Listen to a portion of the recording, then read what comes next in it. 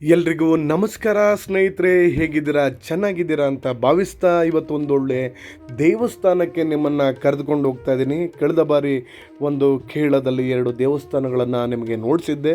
ಅದೇ ರೀತಿ ಬೆಂಗಳೂರು ಗ್ರಾಮಾಂತರ ಜಿಲ್ಲೆಯ ದೊಡ್ಡಬಳ್ಳಾಪುರ ತಾಲೂಕಿನಲ್ಲಿ ಒಂದು ಒಳ್ಳೆಯ ದೇವಸ್ಥಾನ, ಒಂದು ಒಳ್ಳೆಯ ಸ್ಥಳದಲ್ಲಿದೆ. ಆ ದೇವಸ್ಥಾನವನ್ನು ನಾನು ನಿಮಗೆ ಪರಿಚಯ ಮಾಡಿಸ್ತೀನಿ.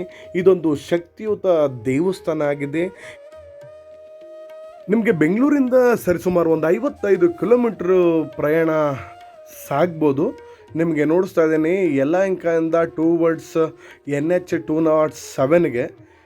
ಈಗ ನೋಡಿ, ನೀವು ಮುಂದೆ ಕಾಣಿಸ್ತಾ ಇರೋಂಥ ಹೈವೇ ಇದು NH 207. ರೈಟ್ಗೆ ಹೋದರೆ ದೇವನಹಳ್ಳಿ, ಎಡಗಡೆ ಹೋದರೆ ದಾಬಸ್ಪೇಟು. ಈಗ ನಾನು ರೈಟಿಗೆ ತೊಗೊಂಡಿದ್ದೀನಿ. ಸ್ಟ್ರೈಟ್ ಹೋದರೆ ದೇವನಹಳ್ಳಿಗೆ ಹೋಗುತ್ತಿದ್ದು, ಹಿಂದೆಗಡೆ ಹೋದರೆ ನಿಮಗೆ ಡಿ ಕ್ರಾಸ್ ದೊಡ್ಡಬಳ್ಳಾಪುರ, ಹಾಗೆ ದಾಬಸ್ಪೇಟೆ, ಹಿಂದೂಪುರ, ಗೌರಿಬಿದನೂರನ್ನು ಕನೆಕ್ಟ್ ಮಾಡ್ಕೊಬೋದು. ಈಗ ನಾವು ಸ್ಟ್ರೈಟ್ ಹೋಗಲ್ಲ, ಲೆಫ್ಟ್ಗೆ ತೊಗೊತೀವಿ. ಇದು ನಂದಿ ಬೆಟ್ಟಕ್ಕೂ ಸಹ ಹೋಗುತ್ತೆ ಈ ರೋಡು. ಹಮಾಮ್ ಅನ್ನೋ ಗ್ರಾಮದ ಮುಖಾಂತರ ಹಾದು ಹೋಗುತ್ತೆ ಈ ರೋಡು. ಈ ರೋಡಿಂದ ಹಾಗೆ ಮುಂದೆ ಹೋದರೆ ನಿಮಗೆ ಸಿಗುವಂಥ ಗ್ರಾಮ ಕೋಡಹಳ್ಳಿ ಗ್ರಾಮ. ಆ ಗ್ರಾಮದ ಮೇಲೆ ಒಂದು ದೇವಸ್ಥಾನ ಕೆರೆಯ ದಂಡ ಮೇಲೆ ಇದೆ.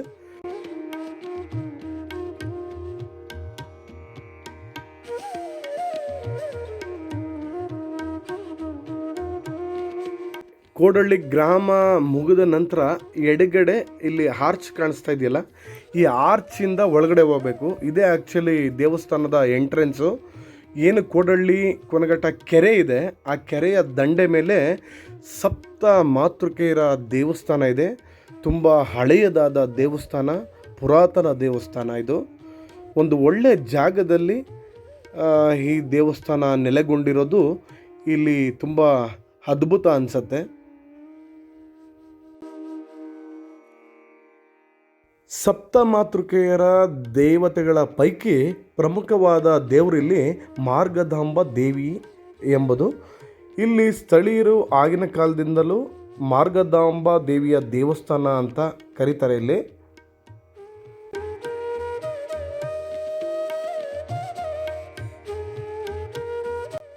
ದೇವಸ್ಥಾನದ ಹೊರಾಂಗಣ ನಿಮಗೆ ಈ ರೀತಿ ಕಾಣಸಿಗುತ್ತೆ ನೋಡಲಿಕ್ಕೆ.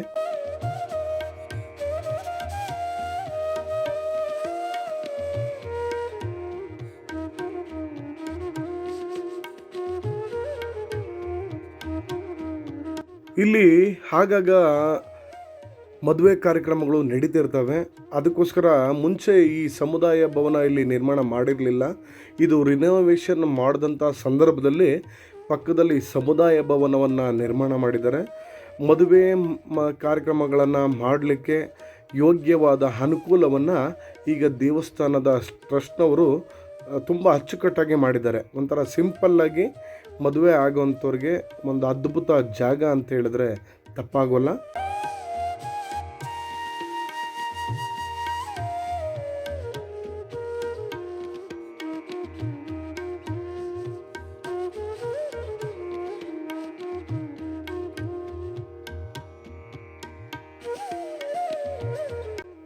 ಚೋಳರ ಕಾಲದಲ್ಲಿ ಕಟ್ಟಿಸ್ತಕ್ಕಂಥ ದೇವಸ್ಥಾನ ಇದಾಗಿದೆ ಅಂತ ಇಲ್ಲಿನ ಅರ್ಚಕರು ಹೇಳ್ತಾರೆ.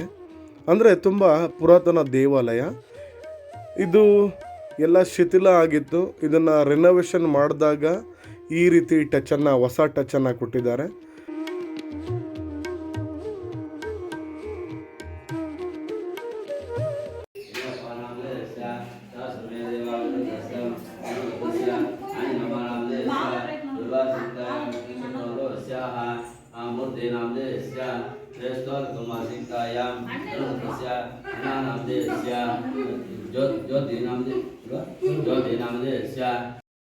ಸಪ್ತ ಮಾತೃಕೆಯರ ದೇವತೆಗಳಲ್ಲಿ ಪ್ರಮುಖ ದೇವರಲ್ಲಿ ಮಾರ್ಗದಾಂಬ ದೇವಿ. ನಡೆದಾಡುವ ದೇವರು ಸಿದ್ಧಗಂಗಾ ಶ್ರೀಗಳ ಅಮೃತ ಹಸ್ತದಿಂದ ಈ ದೇವಸ್ಥಾನ ರಿನೋವೇಷನ್ ಆದ ನಂತರ ಉದ್ಘಾಟನೆಗೊಂಡಿತ್ತು. ಆ ಸಂದರ್ಭದಲ್ಲಿ ಧರ್ಮಸ್ಥಳದ ಧರ್ಮಾಧಿಕಾರಿಗಳು ಸಹ ಪಾಲ್ಗೊಂಡಿದ್ದು ವಿಶೇಷ. ಹಳೆ ಕಾಲದಲ್ಲಿ ಯಾವುದೇ ರೀತಿ ಟೆಕ್ನಾಲಜಿ ಬಳಸದೆ ತುಂಬ ಅದ್ಭುತವಾಗಿ ಶಿಲೆಯನ್ನು ಕೆತ್ತುತ್ತಿದ್ದರು, ಒಂದು ವಿನ್ಯಾಸವನ್ನು ಮಾಡ್ತಿದ್ರು. ಆದರೆ ಇಷ್ಟೊಂದು ಟೆಕ್ನಾಲಜಿ ಬಂದ ಮೇಲೂ ಅತಿ ಸಿಂಪಲ್ಲಾಗಿ ಈ ದೇವಸ್ಥಾನವನ್ನು ಮಾಡಿದ್ದಾರೆ. ಬಟ್ ಏನಂದರೆ ಒಂದು ಅರ್ಥ ಮಾಡ್ಕೋಬೇಕು, ಹಳೆ ಕಾಲದಲ್ಲಿ ಯಾವುದೇ ತಂತ್ರಜ್ಞಾನ ಮಷಿನ್ ಇಲ್ಲದೇ ಅಷ್ಟು ಅಚ್ಚುಕಟ್ಟಾಗಿ ಕೆತ್ತನೆಯನ್ನು ಮಾಡ್ತಿದ್ರು. ಈಗ ಟೆಕ್ನಾಲಜಿ ಇದ್ರೂ ಸಹ ಕೆತ್ತನೆಯನ್ನು ಆ ಥರ ಮಾಡಲಿಕ್ಕೆ ತುಂಬಾ ಕಷ್ಟ.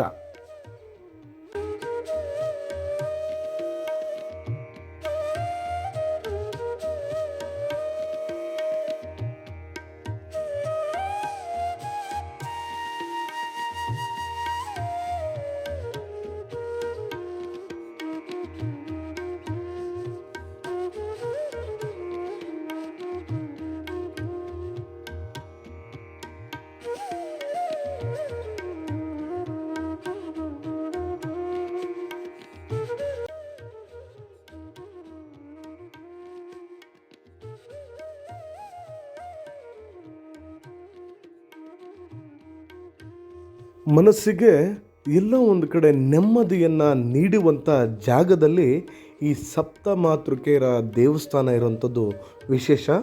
ಇಲ್ಲಿ ಬಂದು ನಿಮಗೆ ದೇವಿಯ ದರ್ಶನವನ್ನು ಪಡೆದುಕೊಂಡು ಕೆಲ ಕಾಲ ಇಲ್ಲಿ ತಂಗಿದರೆ ನಿಮಗೆ ಒಂದು ಒಳ್ಳೆಯ ಮನಸ್ಸಿಗೆ ಸಂತಸ ಸಿಗುತ್ತೆ ಅಂದರೆ ತಪ್ಪಾಗೋಲ್ಲ. ಹಾಗಾದರೆ ಆ ಅನುಭವ ಬರಬೇಕಾದ್ರೆ ನೀವು ಇಲ್ಲಿ ವಿಸಿಟ್ ಮಾಡಿದ್ರೆ ಗೊತ್ತಾಗುತ್ತೆ ಈ ವಾತಾವರಣ ಎಷ್ಟೊಂದು ಚೆನ್ನಾಗಿದೆ ಅಂತ. ಸುಮಾರು ವರ್ಷಗಳಿಂದ ಇಲ್ಲಿ ದೇವಿಯನ್ನು ಪೂಜಿಸಿಕೊಂಡು ಬಂದಿರತಕ್ಕಂಥ ಅರ್ಚಕರು ಈ ದೇವಸ್ಥಾನದ ಬಗ್ಗೆ ಒಂದಷ್ಟು ವಿಚಾರಗಳನ್ನು ಹಂಚ್ಕೋತಾರೆ, ಮಾಹಿತಿಯನ್ನು ನೀಡ್ತಾರೆ. ಬನ್ನಿ. ಇಲ್ಲಿ ವಿಶೇಷ ಏನು ಅಂತಂದರೆ ಅಮ್ಮನವ್ರಿಗೆ ಭಾಳ ಪುರಾತನವಾದ ದೇವಸ್ಥಾನ, ಶಕ್ತಿಯುತವಾದ ದೇವಸ್ಥಾನ ಇದು. ಇಲ್ಲಿ ಬರ್ತಕ್ಕಂಥ ಭಕ್ತಾದಿಗಳು ಶುಕ್ರವಾರ ಮತ್ತು ಮಂಗಳವಾರ ವಿಶೇಷವಾಗಿ, ಮತ್ತು ಮದುವೆ ಇಲ್ಲ ಅಂತ ಅನ್ನೋರಿಗೆ ಇಲ್ಲಿ ಬಂದು ಪೂಜೆನ ಒಂದು 3 ವಾರ ಪೂಜೆಗಳು ಮಾಡ್ಕೊಂಡು ಹೋದರೆ ಅವ್ರಿಗೆ ಕಲ್ಯಾಣ ಪ್ರಾಪ್ತಿ ಆಗುತ್ತೆ. ಮತ್ತು ಸಂತಾನ ಇಲ್ಲದಿದ್ದವ್ರಿಗೆ ಅವರು ಕೂಡ ಇಲ್ಲಿ ಒಂದು 3 ವಾರ ಇಲ್ಲಿ ಬಂದು ನೀರು ಹಾಕಿಸ್ಕೊಂಡು ಪೂಜೆ ಮಾಡಿದಾಗ ಅವ್ರಿಗೂ ನಿಂಬೆಹಣ್ಣು ದೀಪ ಅನಿಸಿದ್ರೆ ಅವರು ಕೂಡ ಇದಾಗುತ್ತೆ. ಇದು ಗೊಲ್ಲಹಳ್ಳಿ ಅಂತ ಇದೆ, ಅಲ್ಲಿಂದ ಇಲ್ಲಿವರೆಗೂ ಬಂದಿದ್ದಾರೆ ದೇವತೆಗಳು. ಇಲ್ಲಿ ಬಂದು ಇಲ್ಲಿ ಭಾಳ ಚೆನ್ನಾಗಿದೆ ಅಂತ ಅಂದ್ಬಿಟ್ಟು ಇಲ್ಲಿ ನೆಲೆಸಿರೋದು ಈ ದೇವಸ್ಥಾನ. ಇಲ್ಲಿ ಅಮ್ಮನವರು ಬ್ರಾಹ್ಮಣಿ, ವೈಷ್ಣವಿ, ಮಹೇಶ್ವರಿ, ಕೌಮಾರಿಣಿ, ಇಂದ್ರಾಣಿ, ಚೈತ್ರ, ಚಾಮುಂಡೇಶ್ವರಿ ಅಂತ ಅಂದ್ಬಿಟ್ಟು ನಮ್ಮ ಮಂತ್ರದಲ್ಲಿ ಚಾಮುಂಡಾಂಬಿಕೆ ಅಂತ ಬರುತ್ತೆ, ಬಟ್ ಮಾರ್ಗದಮ್ಮ ಅಂತ ಅಂದ್ಬಿಟ್ಟು ಇಲ್ಲಿ ಸ್ಥಳೀಯರು ಕೂಗ್ತಾರೆ. ಈ ರೀತಿ ಇದೆ. ಬಹಳ ಪವರ್ಫುಲ್ಲು ದೇವಸ್ಥಾನ ಇದು. ಮತ್ತು ಪ್ರತಿ ವರ್ಷ ಜೂನ್ 1ನೇ ಶುಕ್ರವಾರ ವಾರ್ಷಿಕೋತ್ಸವ ಅಂತ ಅಂದ್ಬಿಟ್ಟು ಮಾಡ್ತೀವಿ. ಸುಮಾರು 6,000 to 7,000 ಜನ ಸೇರ್ತಾರೆ. ಇದು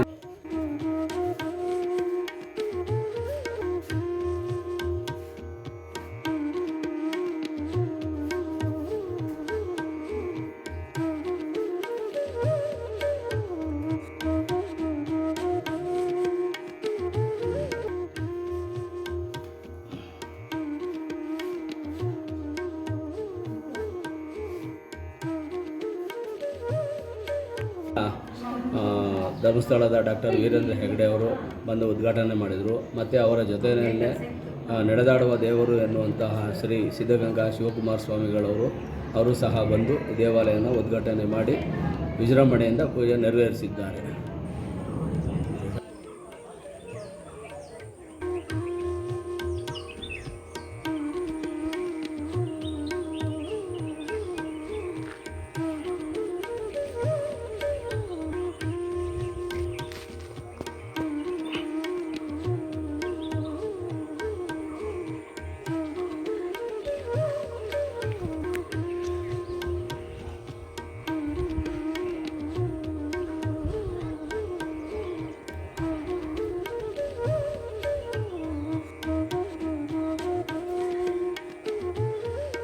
ಸುಮಾರು ಒಂದು 800-900 ವರ್ಷದ ಹಿಂದಿನ ಇತಿಹಾಸ ಇದು.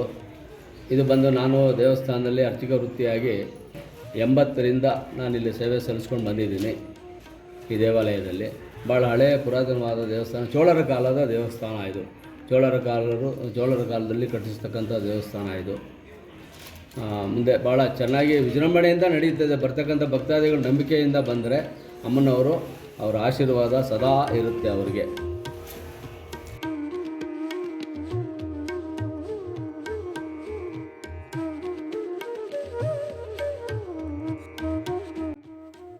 ಕೇಳಿಸ್ಕೊಂಡ್ರಲ್ಲ, ಅರ್ಚಕರು ಹೇಳಿದ್ದು ಇಲ್ಲಿನ ವಿಶೇಷತೆ ಏನಿದೆ ಅನ್ನೋದು ಸಂಪೂರ್ಣವಾಗಿ ನಿಮಗೆ ಪರಿಪೂರ್ಣ ಆಗಿದೆ ಅಂತ ಭಾವಿಸ್ತಾ ಮುಂದೊಂದು ಸುಂದರ ವಿಡಿಯೋವೊಂದಿಗೆ ಭೇಟಿಯಾಗ್ತೀನಿ. ಅಲ್ಲಿವರೆಗೂ ನಮಸ್ಕಾರ.